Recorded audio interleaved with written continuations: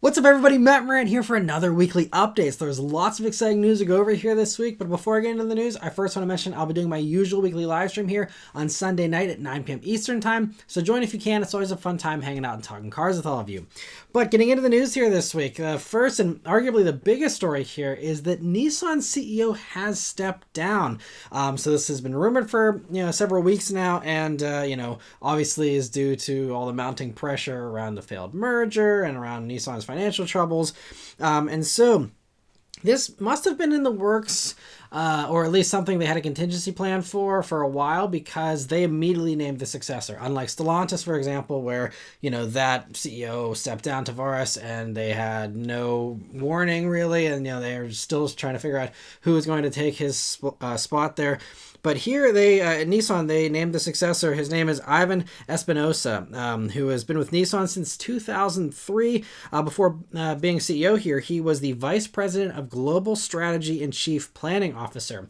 And so this actually is a very good thing, in my opinion, because the outgoing CEO said about his successor here, Espinosa is still in his 40s and full of energy, and also he's also a real car guy.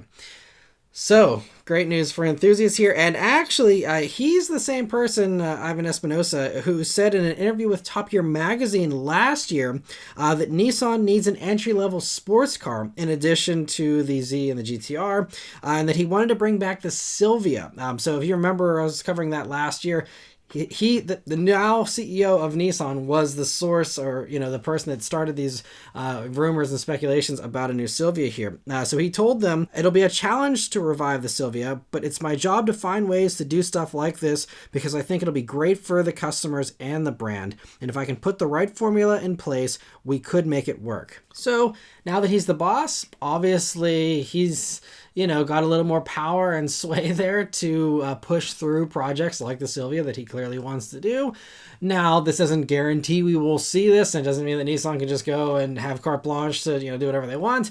Obviously, they still have real serious financial struggles, and a Silvia might be a wish list thing that he still wants to do, but maybe there's either not a strong business case for it right now just because the segment is tough, or it could be something that even if they do have a business case, they still might have to put it on the back burner while they just try and save the company. So wouldn't expect any kind of fast track for a sports car here for Nissan. But, just this shows the person that's running Nissan now wants to bring back the Silvia and all this other stuff. So, very promising here. Also, this could reopen negotiations with Honda for the merger, because Honda did say if the former CEO were to step down, they would be open to resuming talks. So, actually, in his first press conference here as the new CEO, he said that I sincerely believe that Nissan has so much more potential than what we're seeing today, and that I'm looking forward to building on the efforts of those who have come before me. So he didn't say anything about resuming merger talks, didn't say anything about any kind of sports cars, obviously, but I think that is still, in the realm of possibility. We will see if they, try and go forward with a Honda merger, or if they're shopping around for other people, or if they're going to try and just go at it alone. It'll be very interesting to see how this year still continues on, but, at least now they have someone younger, and I'm sure the prior CEO was also an enthusiast, but, having, a car guy in there is also really great. So this isn't just some, bean counter that, doesn't really care about what gets made as long as it makes a profit. I think, this guy wants to see, fun stuff be made as well.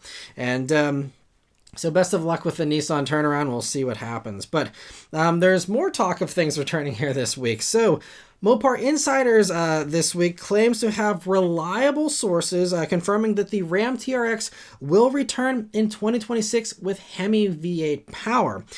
So they speculate that Dodge could potentially tap into the existing stockpile of Hellcat engines that they do have. I believe the Hellcat engine is out of production, but that, they build a ton of them right up until the end there, and that that's what they've been using to put motors in these Durango Hellcats here throughout this year and all that. But so that's the speculation there. But to me, I think if they're going to just use a stockpile, then that's a very limited production run of a TRX. I guess it's not impossible for them to say, okay, we're doing a 500 unit run of Hellcat stuff with the refreshed RAM here, and then that's the end. But that seems kind of short-sighted. It seems like there is still clearly a lot of demand for probably tens of thousands of TRXs.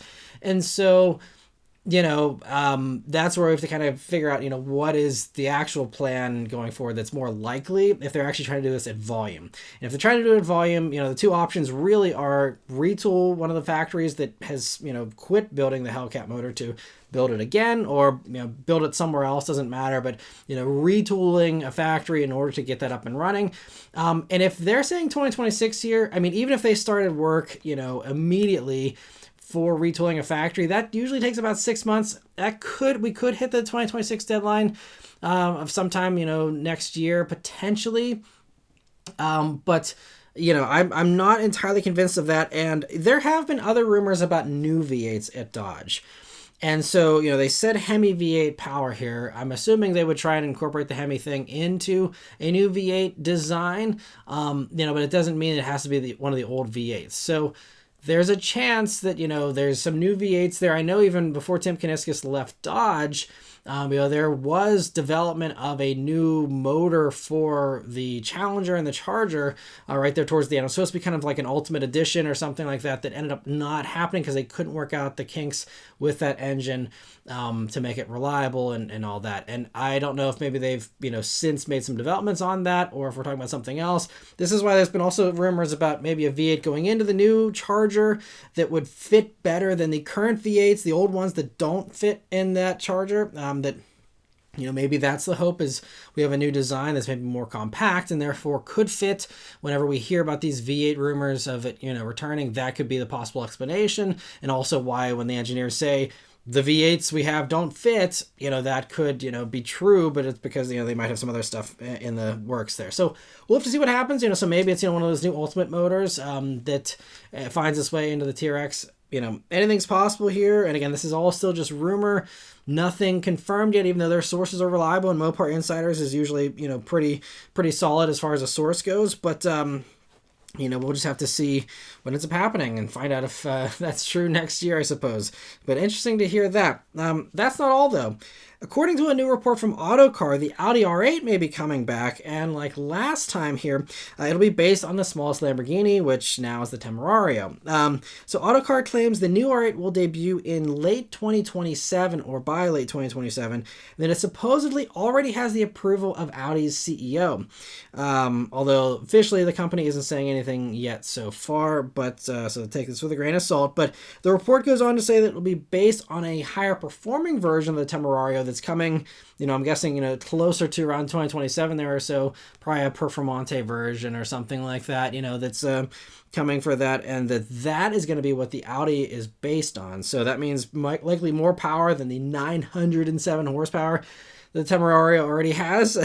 So it's going to be, wild. I'm assuming it'll probably still continue to use the plug-in hybrid flat plane crank V8, from the Temerario, obviously.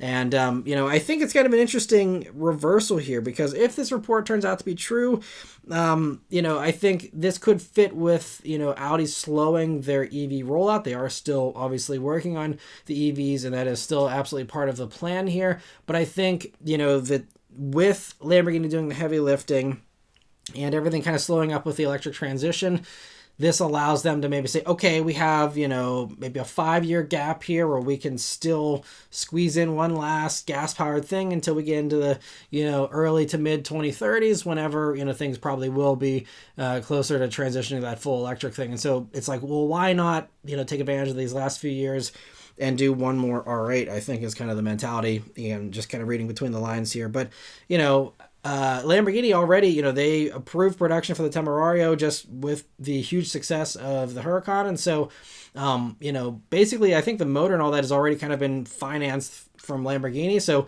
I think Volkswagen Group probably looks on this and says, well, it's already been kind of, justified from a cost standpoint.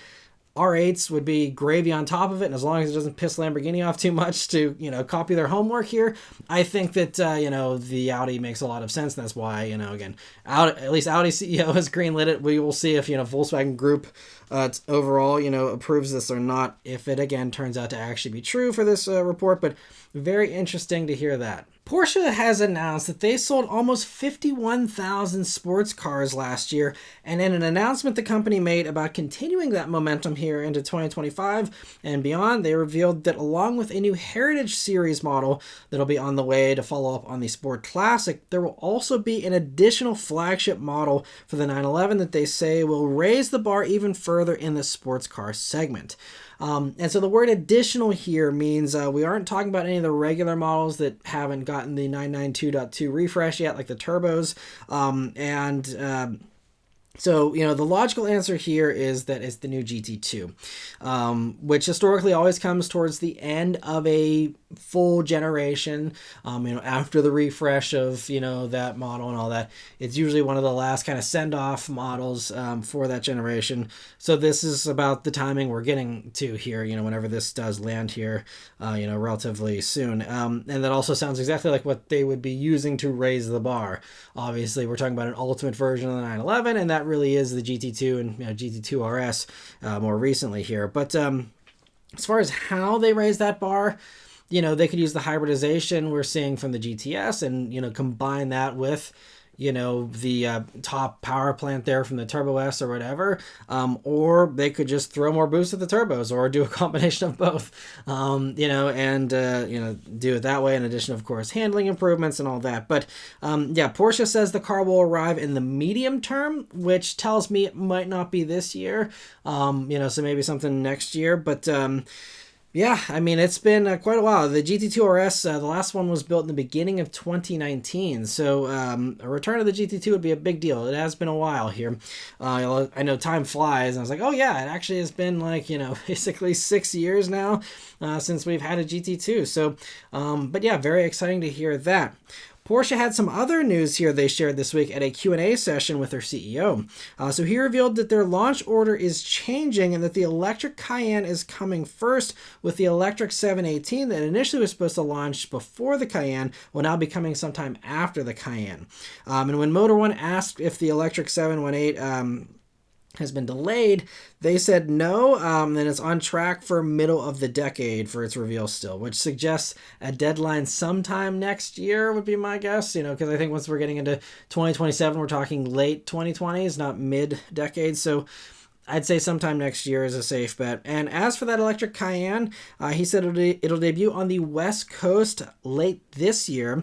And that basically all but guarantees the LA Auto Show, at least in my mind. And Porsche always has a pretty solid presence at LA. So I think that's, what you can see here. And honestly, again, if we're kind of giving these same kind of timelines, obviously GT2 could come at some other venue, but maybe the following year is when we see the GT2 there. We'll have to see. But and if you haven't been following Porsche news recently, unlike the Macan, the electric Cayenne will not replace the gas version. So if you're nervous about that, don't worry. They've assured everyone the gas Cayenne is going to live on into the 2030s, as well as gas engines at Porsche will live on into the 2030s here, including, just regular gas engines, plug-in hybrids, and then also those EVs. They say they will be available in parallel well into the 2030s. So, no worries there. No need to clutch your pearls.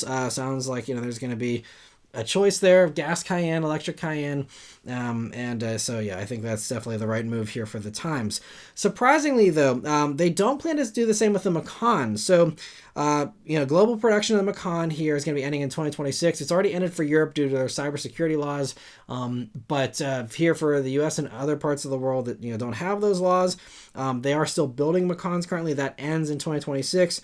And Porsche reiterated this week, according to a reporting by Motor One here, that in order to make the Macan better in every way, Porsche decided early on to fully electrify the model line. Porsche stands by this decision. Once the combustion engine models of the same name have been phased out, the Macan will be sold exclusively as an all-electric model worldwide. And so that's interesting. But Motor One has also learned that instead Porsche is evaluating an independent model line in the SUV segment with combustion and hybrid powertrains. So it sounds like they still want to do a gas Macan, but they don't want to call it a Macan, and will instead use a new name. And I mean, that's fine. But if that's your approach, then why not take that same approach to everything else and, do the same thing to Cayenne and all that. So it's weird because Cayenne's going to have Cayenne Electric and Cayenne regular, gas.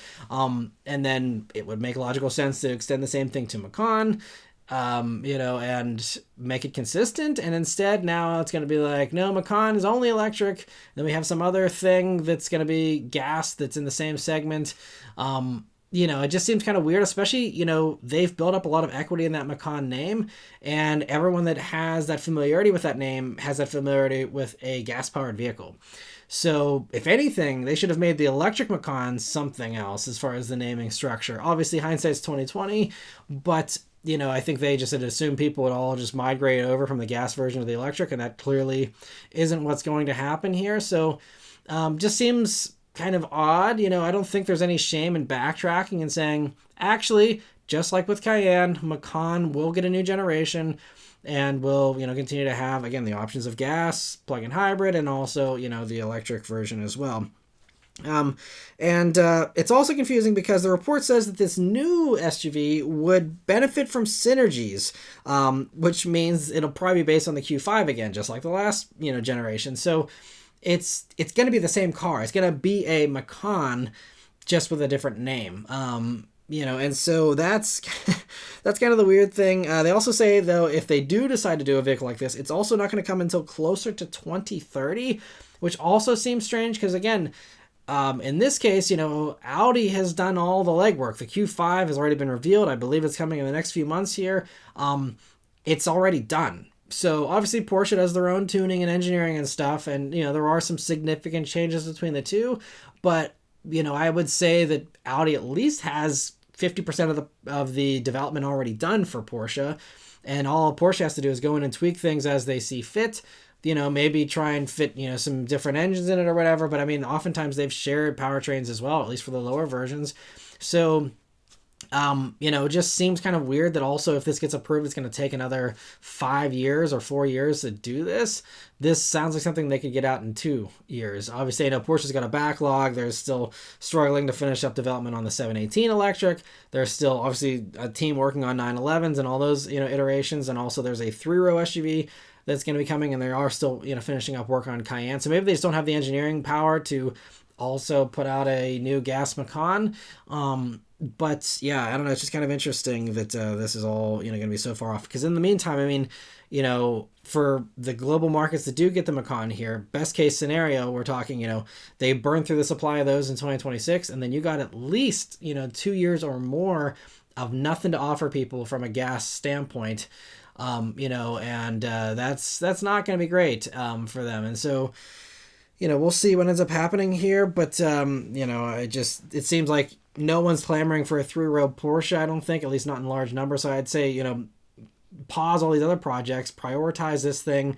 It's already half done. Get it, out the door, and then work on all your other, big plans for all these other models. But anyway, just my armchair product planning here, but interesting to see that report nonetheless. And the last little news story from Volkswagen Group is undeniably good news here. So Volkswagen last year recommitted to buttons in their vehicles and began the switch from capacitive touch everything, by swapping out the capacitive touch steering wheel buttons, for example, for regular buttons in their newest models here. And now in a conversation with Autocar here, Volkswagen's design boss revealed they plan to go even further with the backtracking on the buttons. He says, from ID2 all onwards, we will have physical buttons for the 5 most important functions: the volume, the heating on each side of the car, the fans, and the hazard light below the screen. They will be in every car that we make from now on. We will never, ever make this mistake anymore. On the steering wheel, we will have physical buttons. No guessing anymore. There's feedback, it's real, and people love this. Honestly, it's a car, it's not a phone. So, clearly they have learned their lesson here. And not only learned it, but also they're being brutally honest about their mistake, which I have to commend them for. A lot of car companies, they would never say this. They wouldn't, ever admit to making a mistake. They wouldn't ever admit to, going to a wrong path. Macan is kind of an example of this. Instead it's like, look, we screwed up. We're fixing it as fast as we can. And, I think that's great. To listen to that feedback is so important. And so this is really encouraging. And yes, it can't happen overnight. There's supplier issues, there's supply chains you got to work through, and you bought, 100,000 of these capacitive steering wheels or whatever the case is. You got to work through them. It takes time, but eventually they will, pop in these new buttons and these new interior designs here. And that ID2 All, by the way, is coming next year. Right now, that's only confirmed for Europe.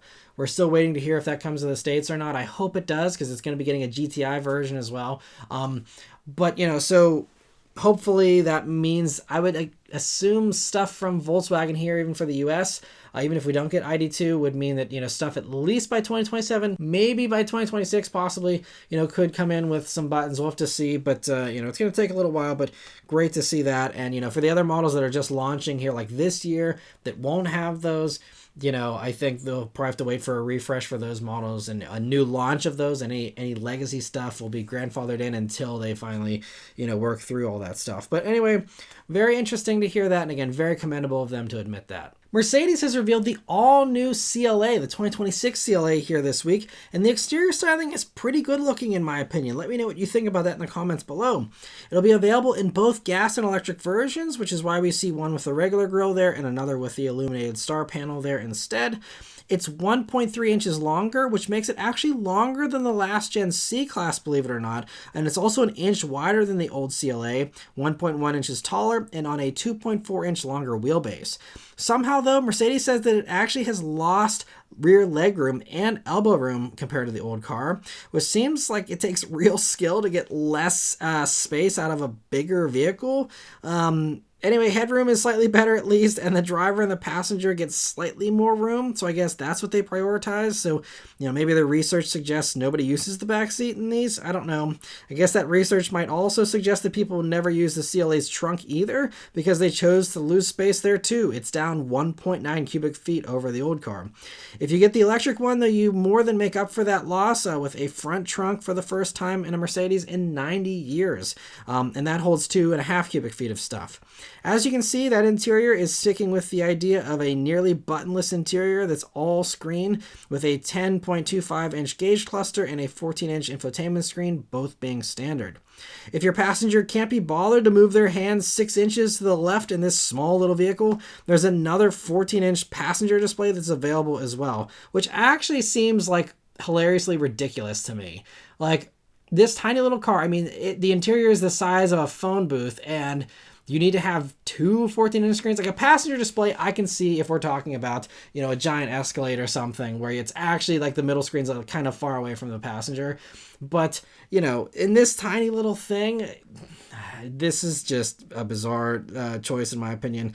And if all that wasn't enough display, there's also a 12.2-inch head-up display available as well, which is a really big head-up display. Another option is a Burmester stereo with 16 speakers now, and because of the screen overload, there's also no room for buttons and vents, so the vents go where buttons would normally be, and just about everything else, including climate control, must be controlled on the screen. I feel like this is not going to age well. We're already seeing, again, Volkswagen backtracking on, the screen for everything, and so many others, kind of saying, hey, we need to do more buttons, and yet this is like going all in on the screens.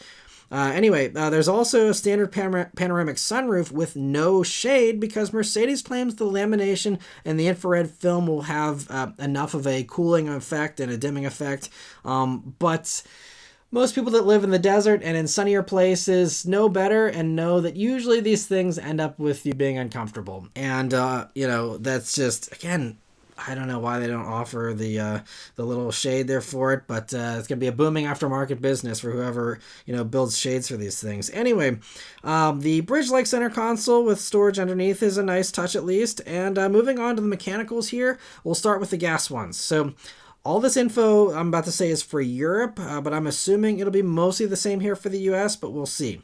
Anyway, gas buyers are offered two different tunes of a 1.5-liter turbocharged four-cylinder that runs the Miller cycle, and it's combined with a 48-volt mild hybrid system and an 8-speed dual-clutch automatic, but they're not revealing power levels for these gas ones yet. They'll be available with front or all-wheel drive.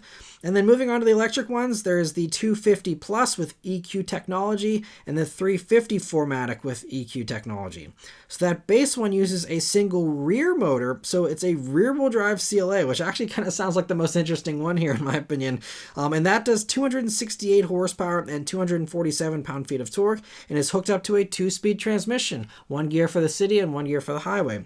It'll do a 6.6 seconds 0 to 60 time, and combined with an 85 kilowatt hour nickel manganese cobalt battery and a 0.21 drag coefficient, which is very low, it'll do an impressive 492 miles of range on the easier European WLTP test cycle, meaning probably close to 450 miles here in the EPA testing, maybe a little under that, but I mean it'll be well over 400 miles of range on this thing, which is really good. Plus, even though this is the cheapest Mercedes EV, it still has an 800 volt electrical architecture that also enables an impressive 325 kilowatt DC fast charge rate, which means you add 202 miles of range in just 10 minutes. 10 minutes. You know, I mean, I feel like most people probably stop at least every 200 or so miles. And the fact that you're starting off with over 400 miles of range on a full charge before you start out on your road trip, this to me is approaching like non-issue levels of range. And especially with how fast you charge, like road trips would be a non-issue in something like this with this much range and that fast of a charge rate. I mean, you stop for lunch, you got another 400 miles. And most people, you know, are not going 400 miles between stops. That's at least a 6.5 hour drive. So, yeah, very, very impressive here. And the dual motor version is the hot rod of the group, unless AMG decides to do a version here for the gas or electric versions in the future. But this 350 4MATIC one does 349 horsepower and 380 pound-feet of torque, which basically puts it right in between the middle of the last generation's CLA 35 and CLA 45 AMG editions. So we're already at AMG power levels and AMG performance here, just with the regular 350 version. And that one also uses the 2-speed transmission in the rear there and will do a 4.8 seconds 0 to 60 time. And thanks to its ability to go rear-wheel drive only unless that front axle is needed, it still does 479 miles of range on that, again, easier cycle. And these electric ones are heavy, though, for a small car, weighing 4,707 pounds for that top dual motor one, which I think Motor One actually pointed out is heavier than a base S-Class. Obviously, again, it's just because of the battery pack. But, and I will say for EVs, that's actually not insane. Like a Mach-E is like 5,300 pounds, I think, something like that. So, I mean, this isn't terrible, but just kind of a funny statistic there. And there's also going to be a new multi-link rear suspension that resembles the setups you get on larger Mercedes models. So that should help with handling as well a little bit. And also a smaller 58 kilowatt hour LFP battery will be coming by the end of the year as well, at least for Europe, for people who don't need quite as much range. And there's no pricing for these new CLAs yet, but Mercedes says they'll arrive in the US later this year. So they are coming here this year for the electric versions. They say the gas ones will come sometime after that. Again, these are 2026 models, so I'm assuming that we'll get all of them here sometime in the next 12 months, if not sooner. And also this platform will also underpin the next generation GLA and GLB. And those will likely have all the same powertrain options, I'm guessing, as well. Because again, CLA has always shared everything with GLA and GLB anyway. So, I would assume basically all this mechanical stuff will be the same for GLA and GLB, just with different, packaging on top.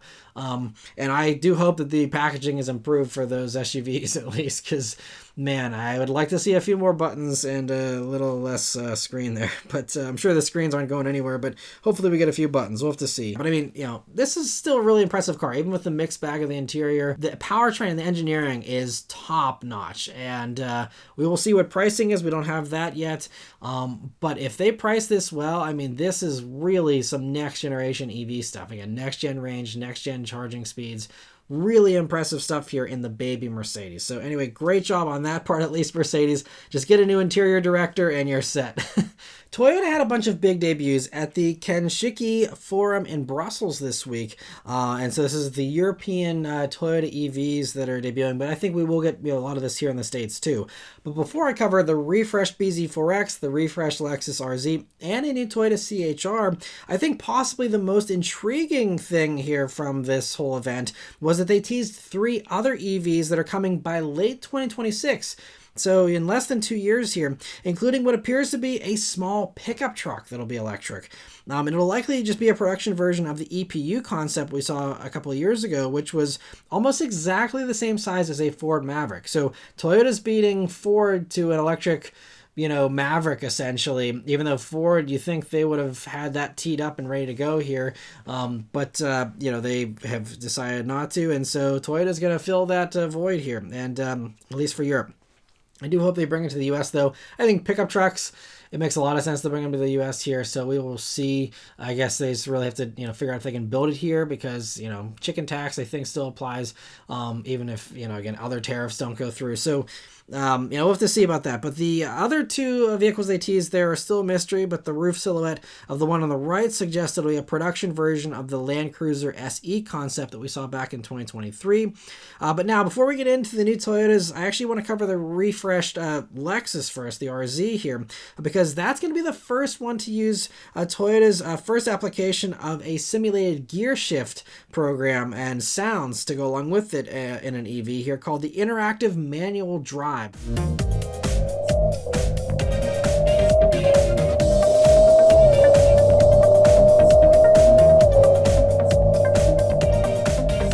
And so refresh might be a generous term here for the RZ. There's actually no exterior or interior changes unless you go for the new F-Sport version, which I'll talk about in a second here. But you do get a yoke steering wheel, I believe is an option now. I don't know if it's standard or not, but they're finally going forward with the yoke steering wheel. They've been kind of toying with that for a few years. And the steer-by-wire system here for the RZ.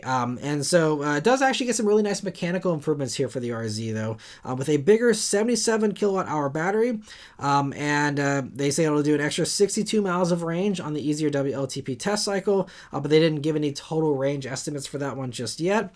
And the base one gets a small bump to 221 horsepower for the single motor front wheel drive version, which is 20 more horsepower than before. But the all wheel drive version now gets 375 horsepower, which is 67 more than before. And then there's a new RZ 550e F Sport that does 402 horsepower and does get sportier styling that's new there. And I'm excited to try that one because that's over 100 more horsepower than what you have in the current RZ here for the top version. And Lexus North America says the 2026 RZ will come later this year. So coming, fairly quickly, and that's, very exciting and sounds like a good time. 400 horsepower and a little RZ there. But the BZ4X also gets a more substantial refresh here for the 2026 model. You're getting a revised front end with a new bumper and lights and a revised interior that now has a wider console with dual charging pads and the Lexus 14-inch touchscreen as standard, which includes those knobs for the volume and climate, but loses the other hard buttons that the BZ4X used to have. But it's interesting that the Lexus screen, I thought that would be kind of an exclusive thing to the Lexus, but it's like, seems like that is going to start trickling down to other Toyotas here, apparently, at least for the, electric ones. And I mean, I prefer the Lexus system, honestly. I mean, it's nice to have some of the physical buttons with a Toyota, but I think the Lexus system does everything so well. I've never had any complaints with the way Lexus does that, because again, we still have knobs for volume and climate. So the BZ4X also gets some mechanical upgrades as well, with it getting a 73.1 kilowatt hour battery, about 4 less than the Lexus, but that still pairs to your choice of either a front motor front wheel drive setup or a dual motor all wheel drive setup. And like the Lexus, the front wheel drive one gets 20 more horsepower for 221 horsepower total, but the all wheel drive one gets a huge jump from, in the BZ4X you got just 214 horsepower in the all wheel drive one. Now that goes up to 338 horsepower. So now BZ4X all wheel drive is going to be a little bit of a hot rod here, which is fun. I mean, that's more power than a GR Corolla. Obviously this is heavier, but that's going to be fun. Range is improved by 36 miles on the WLTP test cycle again. And in the US, the old one gets up to 252 miles of range. So I'd say this one gets closer to 300 now, but might not crack that 300 number. We'll have to see. But it also doesn't sound like peak charge speeds have improved at all. So that means about 150 kilowatt peak charge rate. But they do now have battery preconditioning and a 22 kilowatt AC onboard charger now. So both of those will help, improve the actual charge curve and improve, your chances of actually hitting those peak speeds there. So that's, a nice improvement. So it means that in reality, even though on paper it might look the same, in the real world, you'll probably have a better experience, which is great. There also will be a smaller 57.7 kilowatt hour battery version, at least for Europe, with a meager 165 horsepower.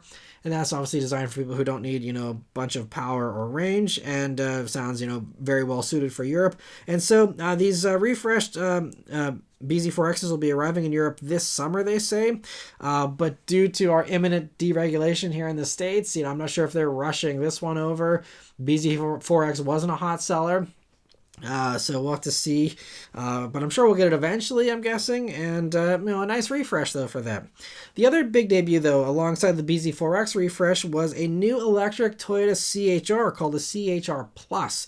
And so after the CHR was discontinued in 2022 here in the States, it went on to get a new generation in Europe that's gas and hybrid. I think there's also a plug-in hybrid version of it available elsewhere in the world here, but this might actually be the return of the CHR potentially for us here in the States, because they did show us the concept of this vehicle a few years back at the LA Auto Show, which suggests they were toying with the idea at least of, bringing this vehicle back. And previously we had thought it'd be called the BZ3X, and now I think they're getting rid of the BZ naming going forward, and so I think that's why they're sticking with CHR here for this. And so I think there's also a decent chance this one could come to the States because it's bigger than the old CHR and the current CHR that's available in Europe. So this is 6.3 inches longer than the current CHR on a 4.3 inch longer wheelbase. And that makes it about 6 inches shorter than the BZ4X, which sounds like it'd be a very, good vehicle. And also the sportier vibe, I think, certainly fits too. I think this could fit in as, again, a lower cost option, obviously. But it's something, for people who want something the size of Corolla Cross, but, that electric thing, the sportier thing, the more expressive design of the CHR, like it's always had, I think would kind of fit here in the States. We'll see again what they decide to do, but it does seem to share a decent amount with the BZ4X, with very similar styling up front there, and having an interior up front that seems almost copied directly from the BZ4X.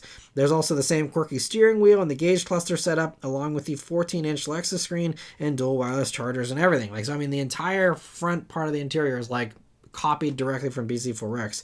The powertrain is also copied over as well, with front-wheel drive and all-wheel drive both available. Front-wheel drive one does 221 horsepower. All-wheel drive one does, again, 338 horsepower still. In a vehicle that's 6 inches shorter than BZ4X means this one will be even more fun, I think, arguably. That one will do a 5.2 seconds 0 to 60, they say. There's also going to be a 165 horsepower version available, again, at least for Europe. And when you go for that, you also get the smaller 57.7 kilowatt hour battery. But surprisingly, all other CHR Pluses here get the 77 kilowatt hour battery from the Lexus. More battery than you get in the BZ4X, which seems kind of odd. But I confirmed it. That is the way that they have it. I checked the media site to double check. That is what they are claiming here. This gets a bigger battery than the BZ4X. That gives it a range, though, of 373 miles, again, on the European cycle. But it's very impressive there, and it'll do 150 kilowatt DC fast charging as well.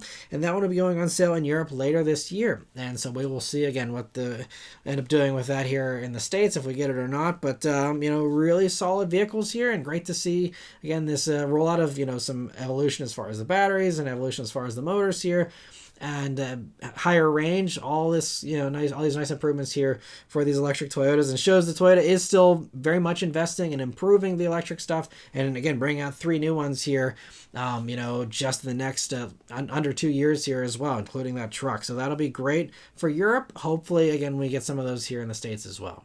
One car that's definitely only for Europe here is the new Morgan Supersport that debuted this week, which is the replacement for the Plus 6 that debuted here. And so it gets a revised aluminum platform for extra rigidity that makes it slightly heavier than the old car, but it still weighs a mere 2,579 pounds, about the same as a Miata, while continuing to be powered by the BMW B58 inline-six turbo motor that does 335 horsepower and 369 pound-feet of torque.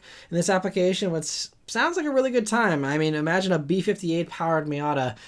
Sounds like a good project car idea for someone, but that sounds very fun. So this is, I'm sure a blast to drive. And so it'll propel the Morgan to a 3.9 second 0 to 62 mile per hour time and a top speed of 166 miles per hour.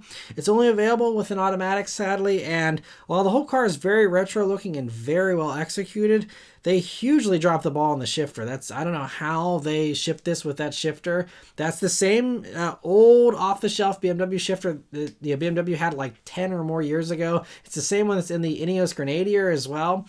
And why you put that in that car is just completely out of place. Surely, I know BMW probably has weird things where you have to have certain sensors in the shifter or something, but like, surely they could have engineered a new shifter. It has to be possible, and especially this vehicle here isn't cheap. It's going to cost £85,000 in the UK, which is the equivalent of about $110,000. You're paying six figures. Like, spend the money to engineer a new shifter, and it might even be as simple as a knob swap. But regardless, like, come on, like, that is the only thing that's a real head scratcher. But otherwise, really, really cool car, though, everything else considered there. And anyway, if you're in the UK, it's already available to order. And sounds like a great time there. You can get it with both the hardtop there and the convertible and just swap those, at will. But anyway, really cool to see that. And the last little bit of European news here is the EU this week has reaffirmed their commitment to the 2035 internal combustion engine ban for new vehicles, with the exception still remaining for cars powered by e-fuels or hydrogen.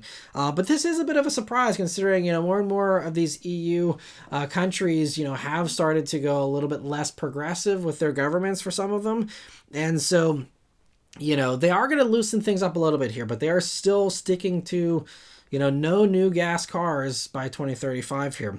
They also say emissions need to be reduced by 55% by 2030, but there still is a possibility that plan could change too, with them saying they still need to do a review of the standards here. They're going to actually accelerate that and do that sooner. But even before that review, they are making the increasing standards a little bit more manageable by not enforcing the 2025 emission standards until 2027.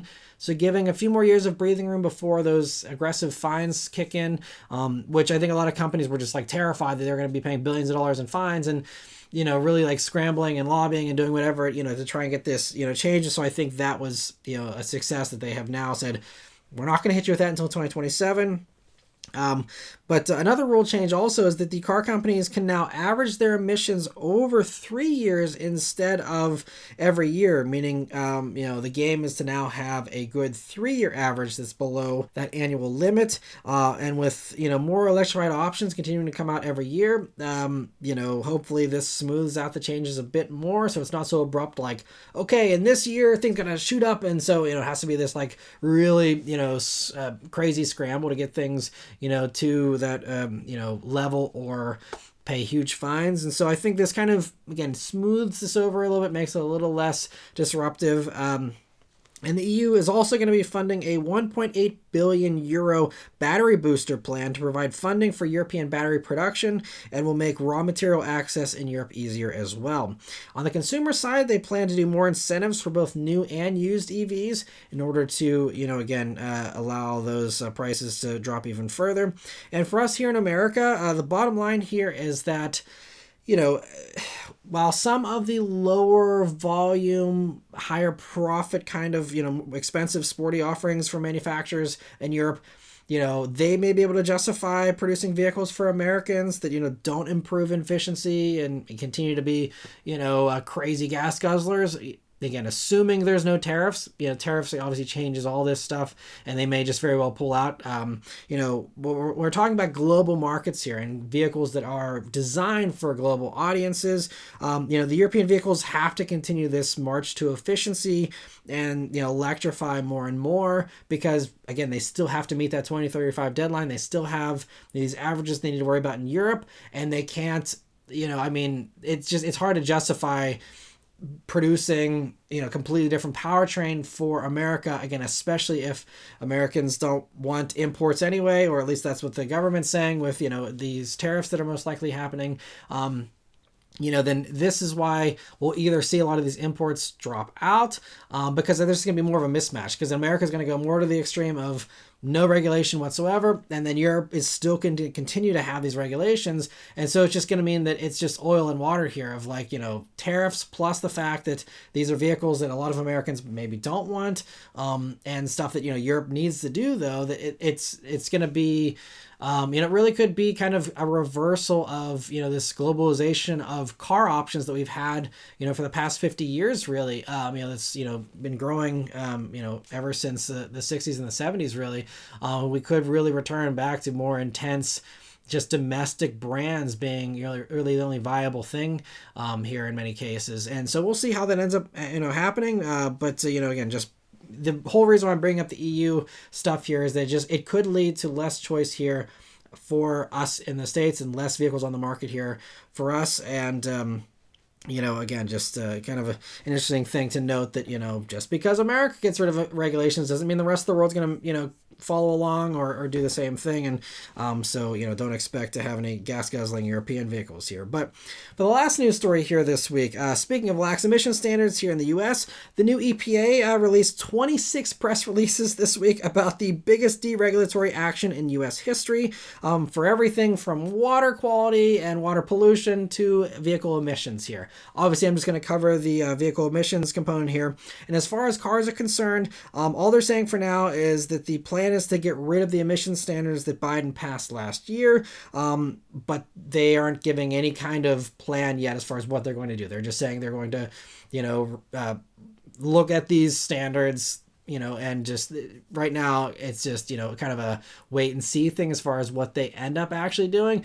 But the consensus is obviously there's going to be more deregulation here. So as a refresher, though, of what they are throwing out or what they're planning on, tweaking, the initial plan last year, with Biden here called for a 50% reduction in fleet emissions by 2032 and allowed companies to get there however they wanted with no EV requirements whatsoever, despite what the EPA now is saying with its new leadership. And most companies estimated between 30% to 56% of their sales would need to be EVs with current hybrid and plug-in hybrid kind of technology in order to meet those standards. Obviously, if plug-in hybrids or gas efficiency improves, that percentage of EVs could have even, dropped even further. And who knows what, advancements we'll have between now and 2032. But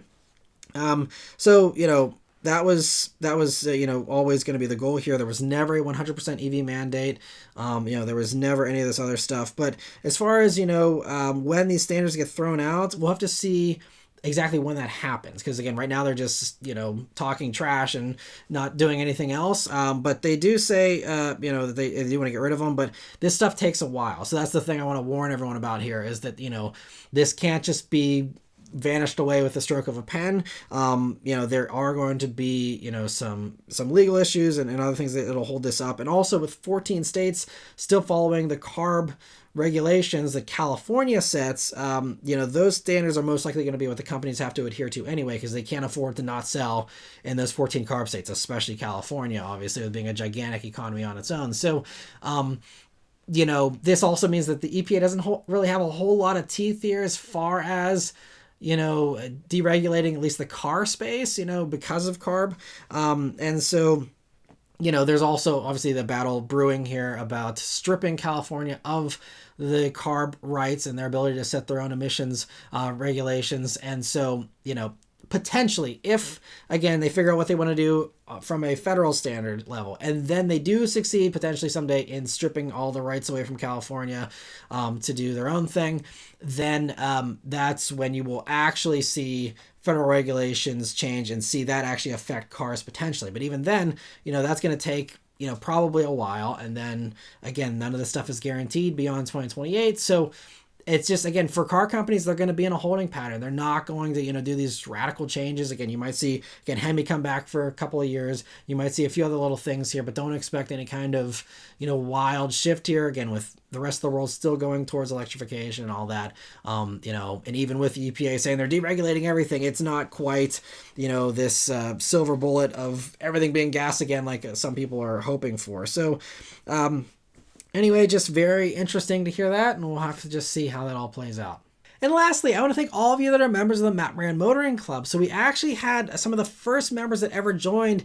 They've crossed the 3-year mark this week, I believe. And so there's a new badge there that they now get for that long time support. And those of you that do have that badge and have been supporting now for over 3 years, I really appreciate the long time support. It really does help the channel. It really does, really just, I think, improve things. And I think hopefully you guys also enjoy, the way the live streams work, as a result and all that. And I thank you so much, those of you long-term members and all the members, but especially those long-term ones. It really means a lot. And I also want to thank Grand Admiral Thrawn and Kyle for also gifting memberships in last week's live stream. And so I, of course, obviously really appreciate the generosity, and I'm sure those members that were able to join and rejoin also really appreciate that as well. So I do want to give a big welcome to the 2 brand new members that are members here for the first time, Tier Blood and Daniel Gross. So I hope you're both enjoying the membership perks so far, and I look forward to chatting with those of you who can make it to the live stream here on Sunday, where those members always do get that priority answering. And if you'd also like that priority answering, as well as all the perks that come with being a member, there's always join buttons here on the video page, on the channel page, and a link in the description. But anyway, thank you all very much for watching. Let me know your thoughts and all this stuff in the comments below. Please leave a like and subscribe to keep these videos coming, and I'll see you guys in the next one. Take care.